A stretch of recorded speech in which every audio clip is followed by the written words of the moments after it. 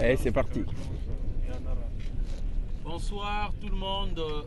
Bonsoir mesdames et messieurs. Chaussée d'Antin, Lafayette. J'ai un message à faire passer rapidement. Désolé, c'est pour 4 minutes. Je vais déranger votre quiétude pour 4 minutes. J'ai un message important. C'est pas pour votre argent. J'ai pas besoin d'argent. Ce qui est important, c'est le message que je vais faire passer. Alors, ce message-là, ça concerne l'immigration. Je m'appelle Ngouma Demongoubi Donald, un immigré africain venu en France suite à l'ingérence de la France par rapport à la politique des pays africains. L'immigration, c'est un sujet qu'on parle souvent dans les médias français.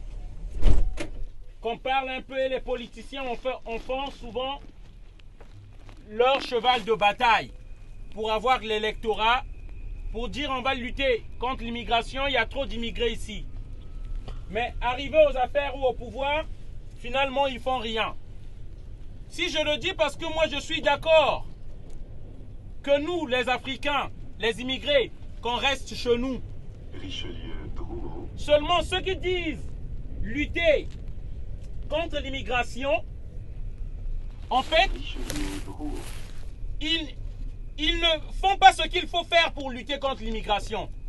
Je veux dire par là, pour commencer, si la politique française évitait de soutenir les dictatures dans nos pays, moi je pense que les Africains resteront chez eux. Moi qui suis en train de parler, parce que je suis une victime de ce système. En 1997, la France de Jacques Chirac va décider d'armer un psychopathe, un criminel, un tueur au Congo-Brazzaville.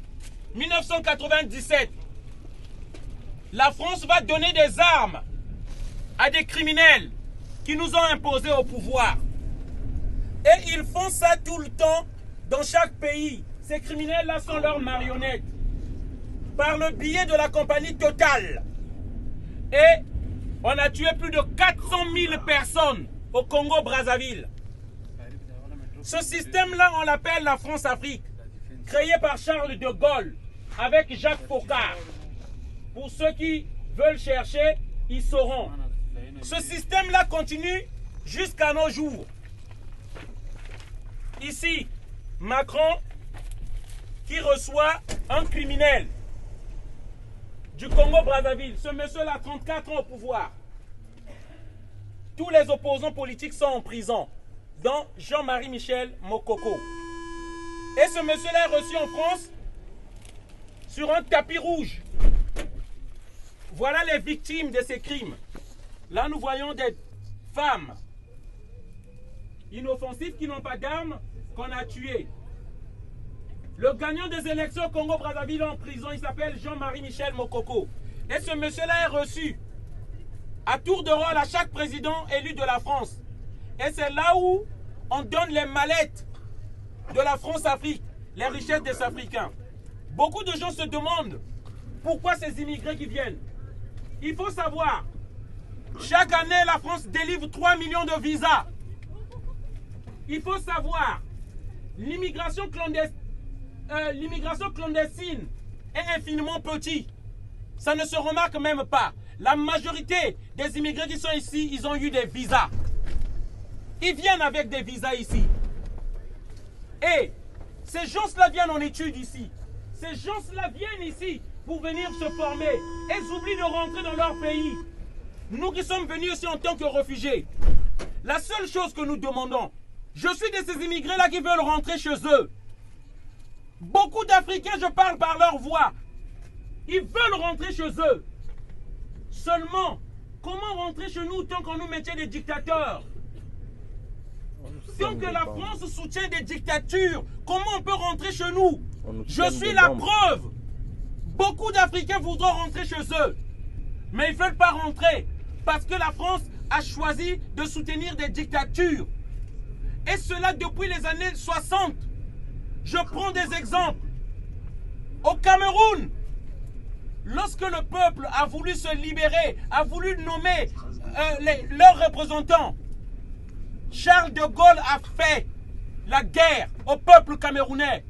Lorsque vous entendez les massacres de Bamileke, ils ont tué les gens au napalm, plus de 400 000 morts.